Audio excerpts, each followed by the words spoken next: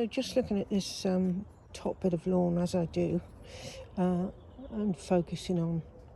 the different things that are coming through, looking up closely,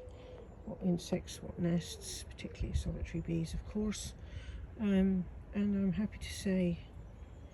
right here is a fabulous patch of fresh yellow rattle, and that plant is new. And the most important thing really with yellow rattle is to,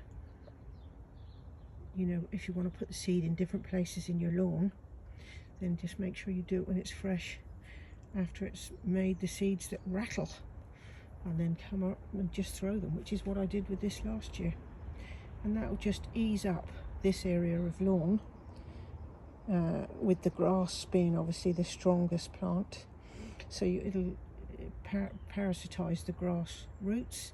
and therefore there'll be much more space for different insects in the lawn, because it's a popular sort of sunny spot,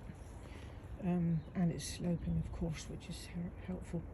So yeah, you sow your yellow rattle seeds by just chucking them on the lawn somewhere,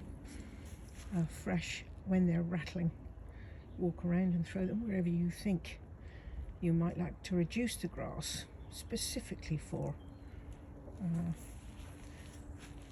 insects and everything that lives in the soil, which is a lot of insects. Sorry, I'm just stopping to get rid of those before they throw more seed out.